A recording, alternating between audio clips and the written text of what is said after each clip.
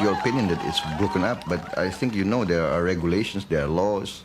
I think even in Western Europe, to have a demonstration, you need permission, 2 days notice to the police, and there's a route that's agreed upon. I mean, you cannot just make a demonstration right in the middle of the center of a traffic junction. That's what happened, I think, in the occasion you mentioned.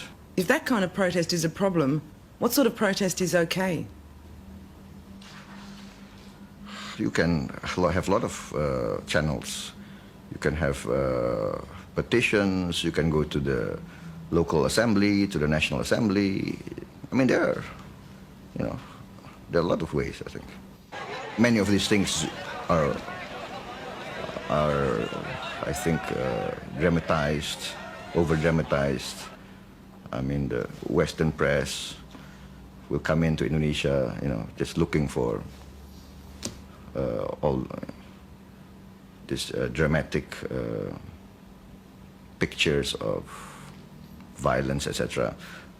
We are concerned, yes, definitely, but I think on the whole, for the condition we are in, for the serious crisis, I think many other countries face worse situations. The president also promoted his own son-in-law, General Prabowo Subianto. General Prabowo is now the commander of the largest and most powerful single unit in the armed forces. 37,000 soldiers are under his command.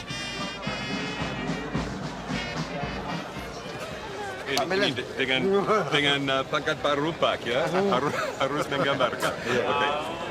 Everyone is keen to shake the general's hand and pass on their congratulations. But he's not without his enemies. General Prabowo's fast track up through the army ranks is widely resented. He's the youngest three-star general in the armed forces. Can I ask you this, sir? I'm from South China Morning Post in Hong Kong. Is this a new generation for the military with Wiranto being appointed commander, sir? You can say that. It's I think, a younger generation, but we've served on the average 28 years, so we're not that young, Prabowo paints himself as open to change. Is there any section within the armed forces who feel a growing sympathy for a more democratic system in Indonesia? I think the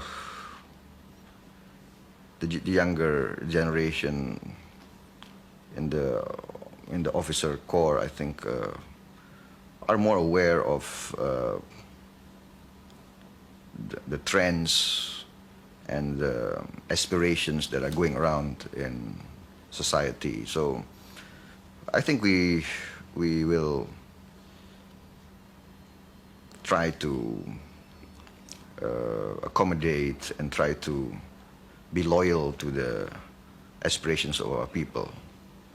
Yeah, and I think there is room for more improvement in a lot of our institution building. If the situation does get worse, seriously worse in this country though, is there a point at which it would be better to change leadership? I think we have a mechanism, we have a constitutional system that we have carried out in history. I think we will maintain that system and that mechanism.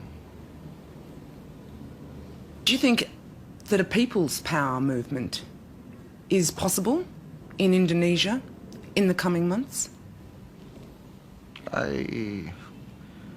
What I think is that,